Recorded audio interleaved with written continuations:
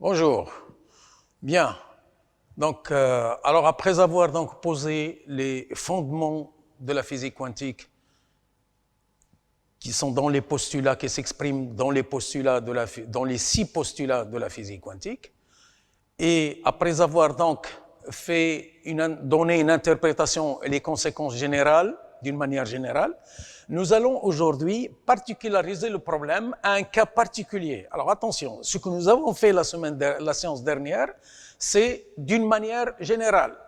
La conservation de la norme, l'évolution de la valeur moyenne, etc., etc. Ça, c'est d'une manière générale. Le déterminisme de l'équation Schrödinger, etc. Bon. Maintenant, nous allons s'attaquer à un cas particulier, c'est ce qu'on appelle le problème du système conservatif. Alors, qu'est-ce que ça veut dire conservatif? Le mot conservatif, ça veut dire que H, c'est-à-dire l'énergie totale, l'hamiltonien, ne dépend pas explicitement du temps. Ne dépend pas explicitement du temps. Qu'est-ce que ça veut dire ne dépend pas explicitement du temps? Ça veut dire que H, ce n'est pas une fonction de t. Le temps n'apparaît pas dans la fonction.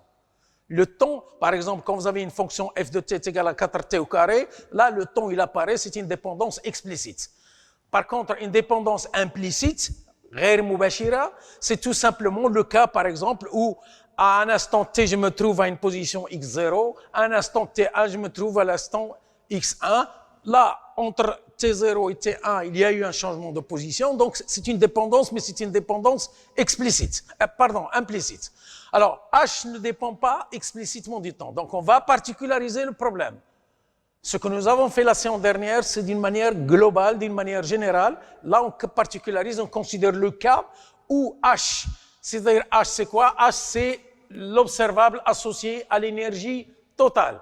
C'est-à-dire l'énergie cinétique plus l'énergie potentielle plus les autres énergies, ne dépendent pas explicitement du temps. Bien. Alors, donc, on va considérer ce cas, et tout de suite, on va dire donc soit l'équation valeur propre H, je vous rappelle que H de phi n de taux est égal à UN de phi n de taux.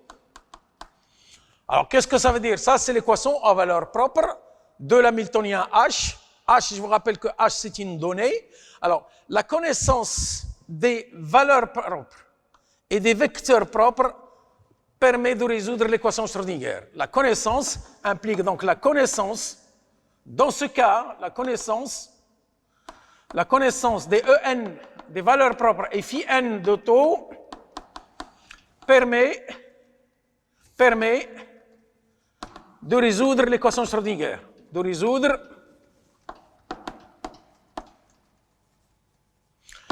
permet de résoudre l'équation de Schrödinger. C'est-à-dire déterminer, c'est quoi résoudre l'équation de Schrödinger? C'est déterminer psi de t. C'est-à-dire déterminer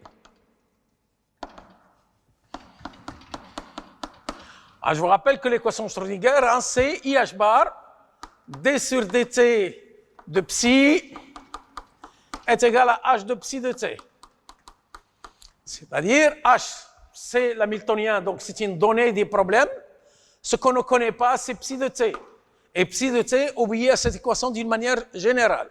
Et donc, résoudre l'équation Schrödinger, c'est déterminer psi de t. Et qu'est-ce qu'il décrit, psi de t? Il décrit l'état du système. Voilà ce qu'on cherche.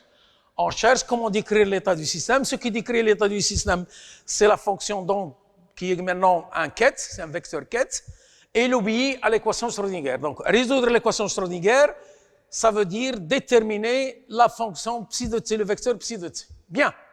Alors, pour cela, donc si je connais soit, quand je dis soit, ça veut dire je me donne h de phi n, je connais la solution de cette équation valeur propre. Si je connais ça, systématiquement, je déduis psi de t. Alors, le comment, c'est très simple, ce n'est pas compliqué. Alors, h est une observable. H observable. Qu'est-ce que ça veut dire H observable? H observable, ça veut dire tout simplement que H est inobservable, ça veut dire que H est égal à H+, c'est-à-dire que c'est un opérateur qui est hermétique, tel que les vecteurs propres forment une base.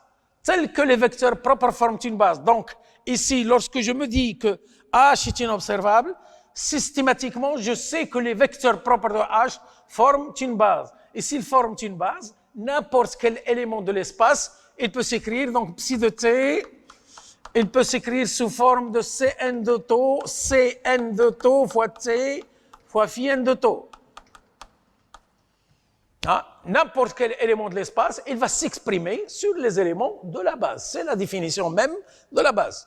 Bien, avec Cn ou Cn de tau, on le sait, Cn de t est égal tout simplement, c'est la projection de phi n de tau fois psi de t. Fois psi de t. Bien. Alors ça, c'est connu. Donc, maintenant, déterminer psi de t, si je connais, on dit la connaissance des En et des phi n. Si je connais les phi n, pour connaître psi de t, il faut déterminer les Cn. C'est-à-dire les coefficients, les coordonnées, il faut déterminer. Alors, pour les déterminer, par projection de l'équation Schrödinger, l'équation Schrödinger qu'on connaît actuellement, c'est-à-dire IH bar d sur dt de psi de t est égal à h de psi de t sur les éléments de base,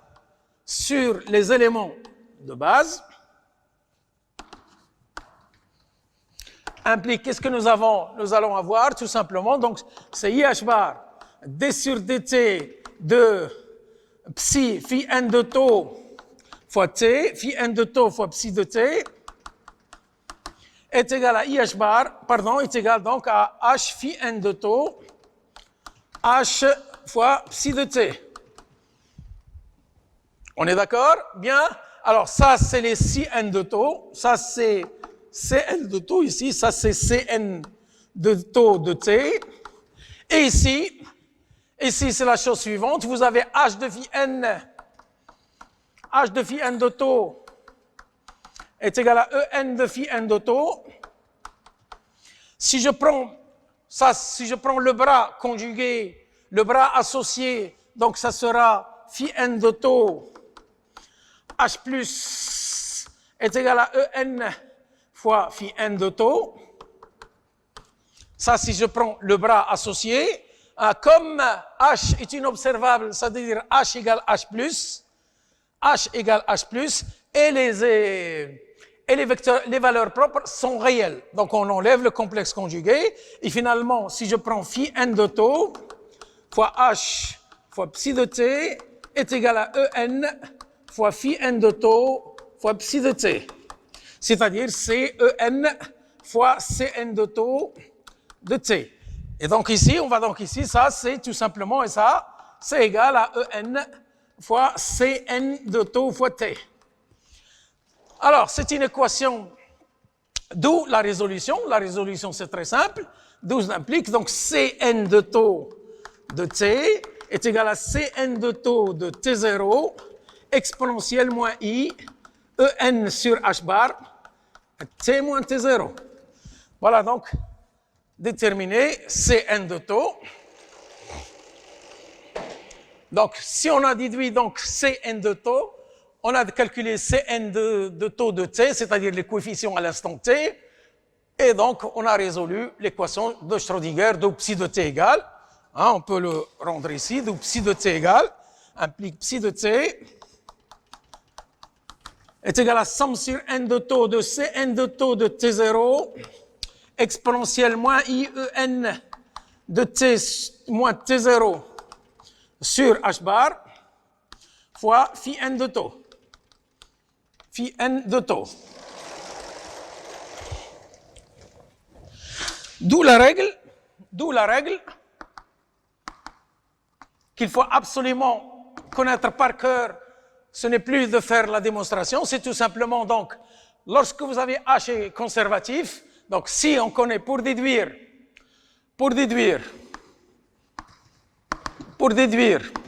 psi de t à partir de psi de t0 implique ce qu'il faut faire, on procède comme suit. Hein? La première des choses, on développe psi de T0 sur les états propres de H. Et je souligne le mot sur les états propres de H. Je le souligne, hein, sur les états propres de H. C'est-à-dire qu'on écrit psi de T0 somme sur Cn de taux de T0 fois phi n de taux. Fois phi n de taux. Et deuxièmement, donc pour trouver psi de t, on procède comme suit. Premièrement, donc, on développe psi de t0 sur les états propres de H. Et donc, on multiplie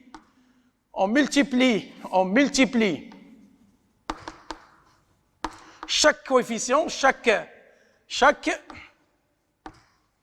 Cn de taux de t0 par exponentielle moins i e n de t moins t0 sur h bar.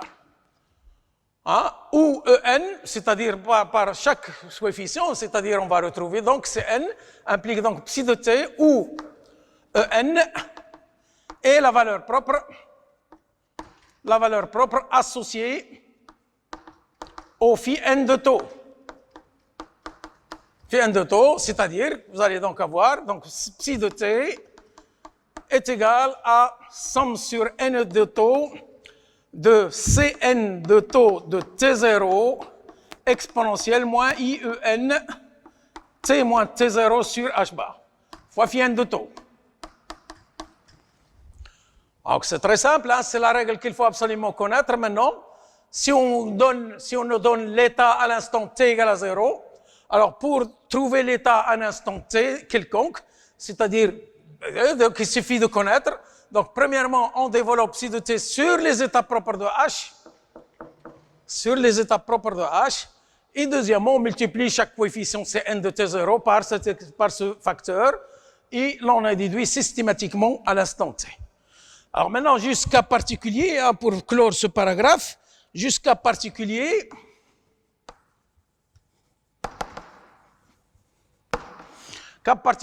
si psi de t0 et lui-même état propre de H. Alors, qu'est-ce que ça veut dire? Qu'est-ce que ça va changer au niveau des formules précédentes? Hein? Si lui-même, c'est-à-dire psi de T0 et lui-même état propre de H, ben ça veut dire qu'il n'y a qu'un seul, implique donc qu'il n'y a pas, il y a une seule valeur,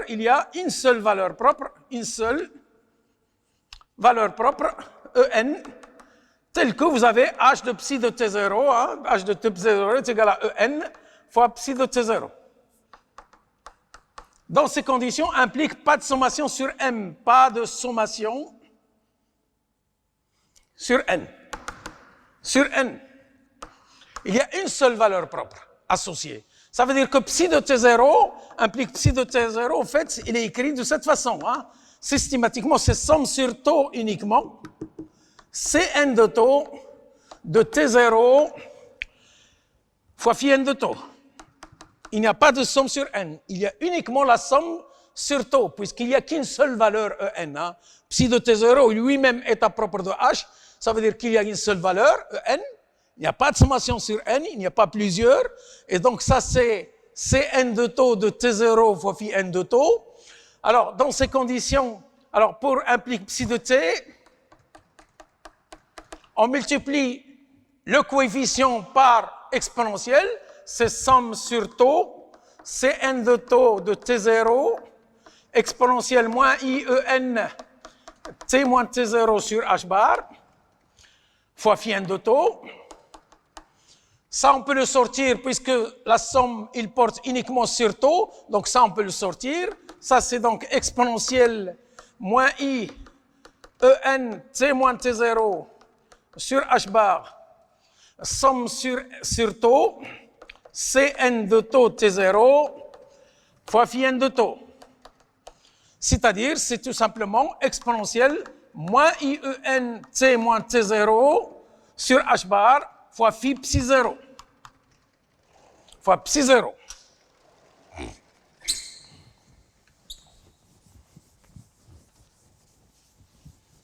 fois psi0. Donc le petit calcul, si psi de t0 dans le cas particulier, je dis bien dans le cas particulier, où psi de t0 est lui-même état propre de h.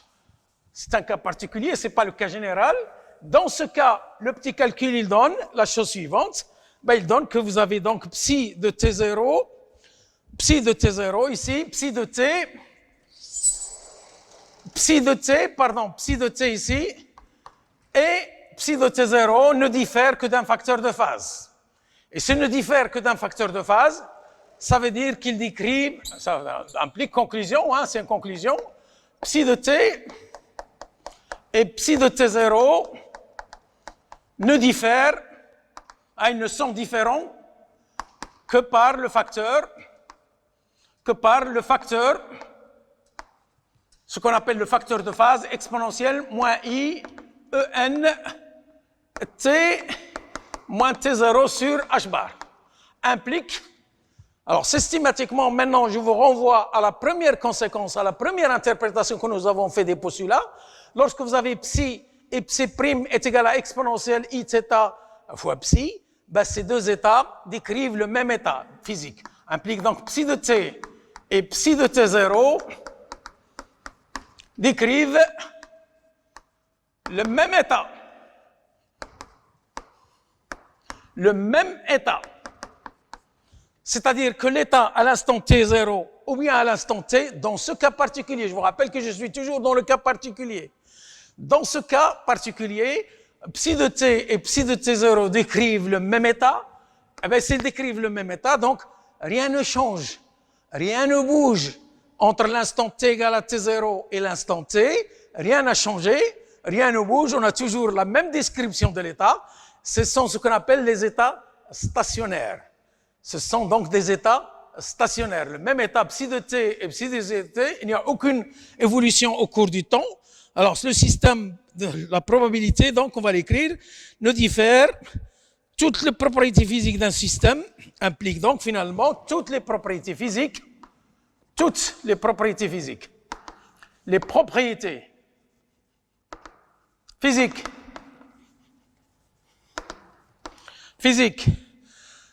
d'un système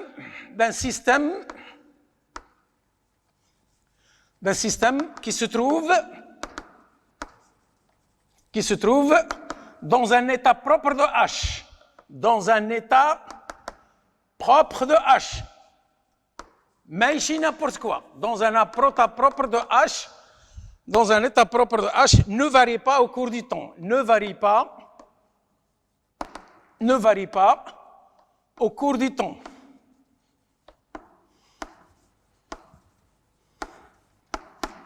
Alors, les états propres de H, donc les états propres de H sont appelés stationnaires. Les états propres de H sont appelés états stationnaires.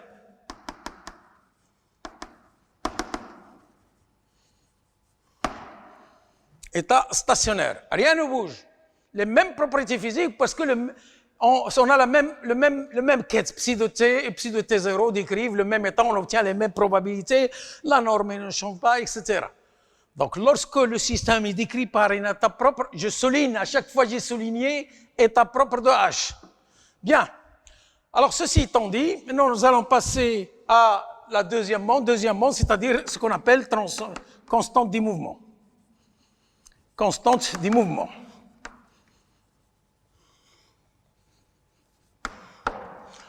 Constante du mouvement. Ce qu'on appelle constante du mouvement. Alors, c'est une définition, mais au lieu de définir, nous allons rappeler ce que nous avons obtenu la séance dernière, c'est-à-dire d'une manière générale, la variation de la valeur moyenne d sur dt de A d'un observable A quelconque, quel qu'il soit, nous avons trouvé que ça c'est 1 sur IH bar, la valeur moyenne de AH plus la valeur moyenne de dA sur dt. De dA sur dt. Ça, c'est d'une manière générale.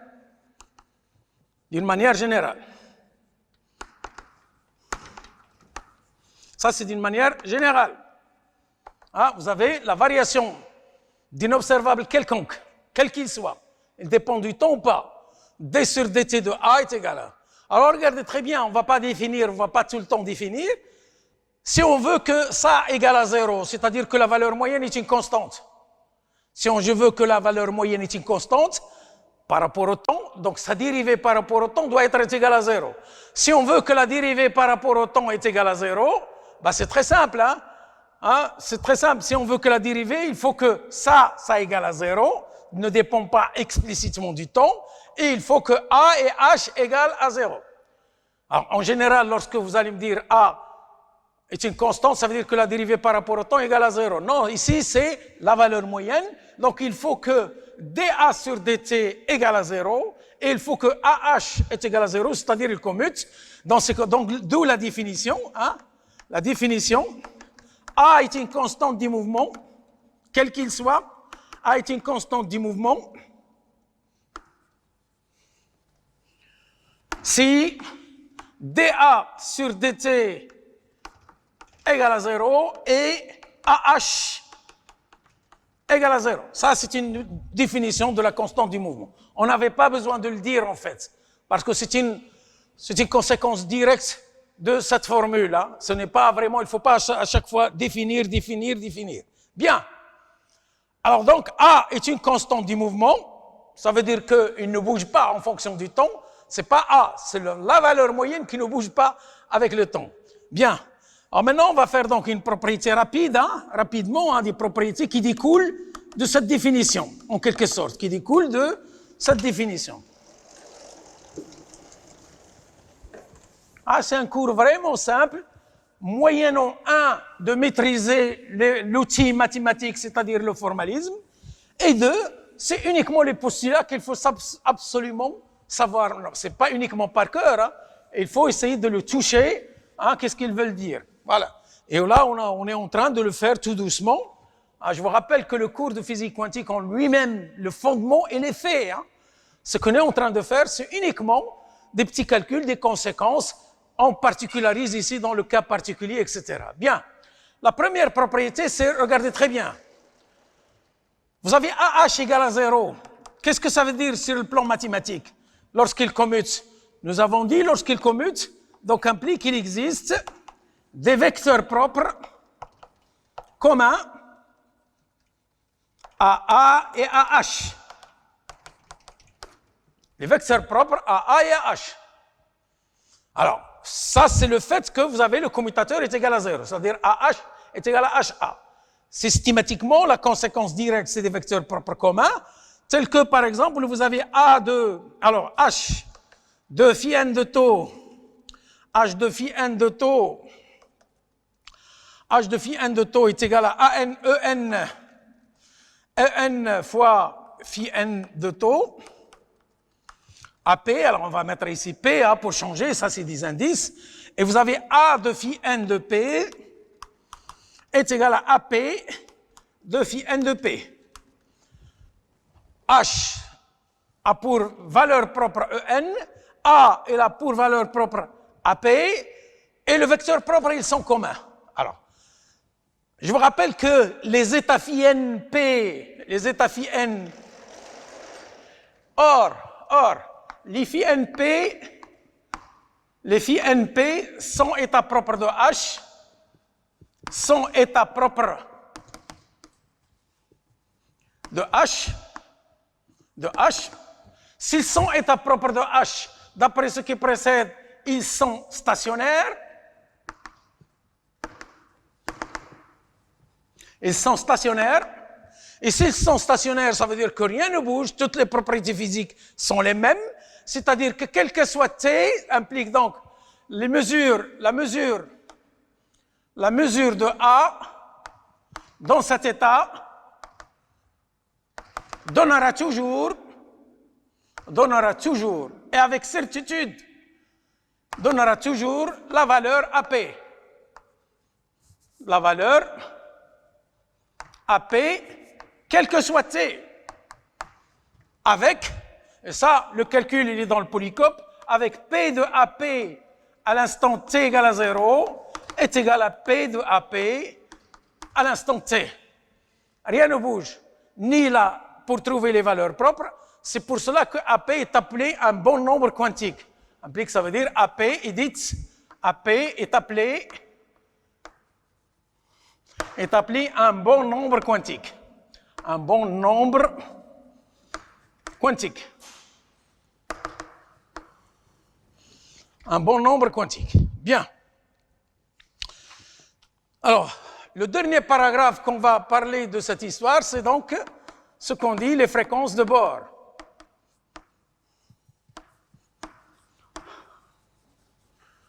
Les fréquences de Bohr du système.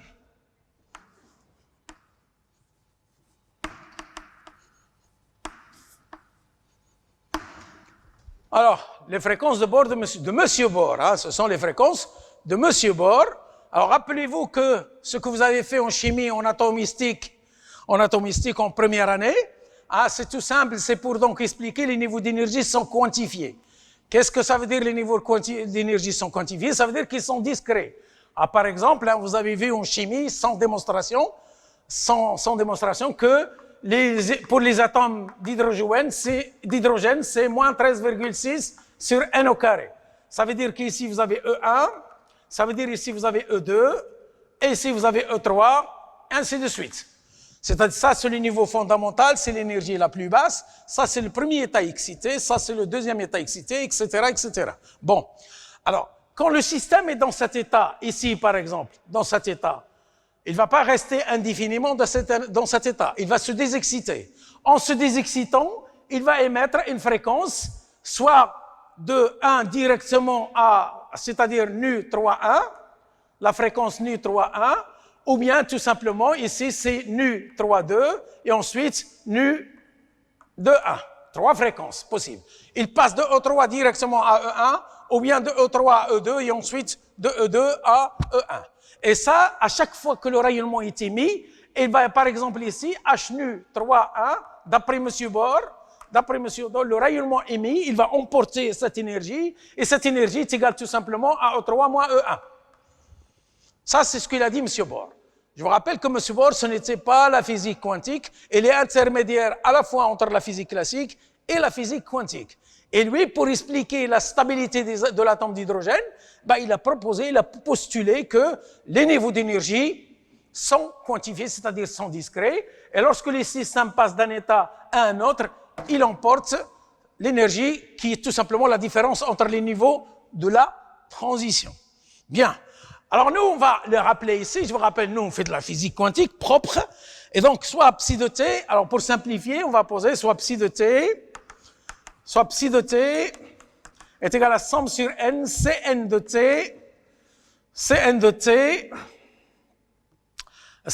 t0 exponentielle moins un de t. Alors, je vais prendre ici, alors t moins t0, c'est pas grave, t moins t0 fois phi n. Alors, je n'ai pas considéré le deuxième indice, c'est juste pour une commodité de calcul. Hein. Ça ne change absolument rien. Dans le polycope, vous l'avez en long et en large. Bien. Cn de t0 exponentielle. Quel est le bras associé? Le bras associé, c'est-à-dire psi de t, le bras associé, c'est somme sur n', Cn' de t0 étoile, fois exponentielle plus, ça c'est un moins, pardon, j'ai oublié ici un h bar, plus i sur h bar, en, t moins t0, fois phi n. Ça, c'est le bras associé. Et maintenant, on veut calculer, calcul de B, la valeur moyenne d'inobservable B quelconque, dans l'état psi de t. Par définition, c'est donc psi de t fois B fois psi de t. Ça, c'est la définition de la valeur moyenne, ce que nous avons démontré les séances précédentes. Sur, normalement, psi de t fois psi de t, mais comme on choisit toujours l'état, il est normé à l'unité, donc la norme est égale à 1. Bien. Alors, ceci donne, si j'effectue cette application, si j'effectue donc ces calculs, ça donne la chose suivante. C'est somme sur n et n', de Cnt0 fois Cn' Ici, c'est un n', ici, c'est un n'. C'est n' de T0 étoile. Ça, c'est les deux premiers. Ensuite, vous allez avoir, ça, c'est phi n' aussi. Ça, c'est donc phi n' fois B fois phi n fois exponentielle I sur H bar. Alors, on va le mettre ici avec un signe moins et ça donne donc c'est En moins En' T moins T0. Bien. Alors, qu'est-ce qu'on constate? Que donc, l'évolution, la valeur moyenne B de T, la valeur moyenne de B dans l'étape psi de T, ça, c'est une somme. Ça, c'est une exponentielle, hein, exponentielle Ix. Ça veut dire tout simplement, c'est des termes oscillants. Alors, ça, on peut l'écrire, donc, c'est somme sur N et N', Cn de T0, Cn' étoile de T0, fois Bnn' fois N, ça, c'est l'élément de matrice. Bn, ça, est égal à ça. Ici, c'est exponentielle I. I, alors on va mettre ici, c'est plus N' et N, c'est I sur I, facteur de oméga Nn' N de T moins T0. Ou oméga Nn' de T oméga N' est égal à En' moins En sur H, c'est les fréquences de bord. Ça, c'est les fréquences de bord du système.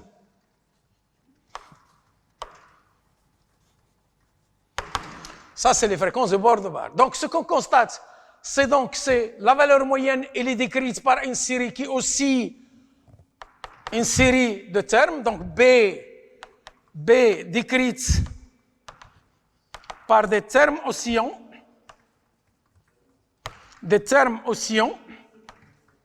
qui oscillent parce que c'est sinusoïdal, des termes oscillants, avec une fréquence ou une pulsation, avec une pulsation ou une fréquence oméga Nn' est égale à En' moins En. Et ce sont des fréquences qui sont indépendantes ne dépendent que du système et ne dépendent pas ni de psi ni de psi.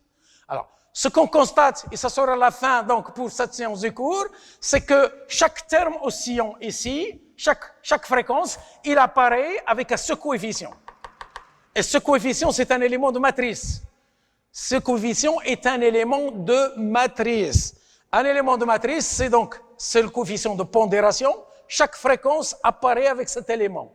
Et cet élément n'est rien d'autre qu'un élément de matrice. Alors, si l'élément de matrice, par exemple, pour 1, 2, ou là pour 2, 1 est égal à 0.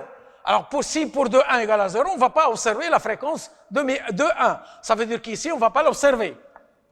Si c'est l'élément de matrice. Et c'est l'origine de ce qu'on appelle les règles de sélection. Ça veut dire que toutes les fréquences qui sont émises, on ne va pas les voir. Certaines, on va les voir, et d'autres, on ne va pas les voir si on ne les voit pas, parce qu'il se trouve tout simplement que l'élément de matrice ici, le Bn, le coefficient de pondération, est égal à 0. S'il est égal à 0 pour 2,1 par exemple, cette fréquence de 1, il ne va pas apparaître là-bas. Bien, voilà donc ça c'est la fin de cette séance. Je vous remercie et on se verra donc à la séance prochaine, Inch'Allah.